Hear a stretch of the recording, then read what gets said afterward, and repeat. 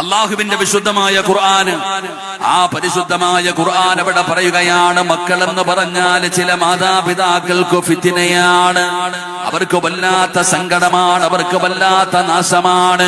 എന്റെ പ്രിയപ്പെട്ടവരെ, ഹദീസിൽ കാണാം, സ്വന്തം രക്തത്തിൽ പിറന്ന മക്കൾ പടച്ചവനെ ശത്രുവിനെ പോലെ പോരാടുകയാണ്.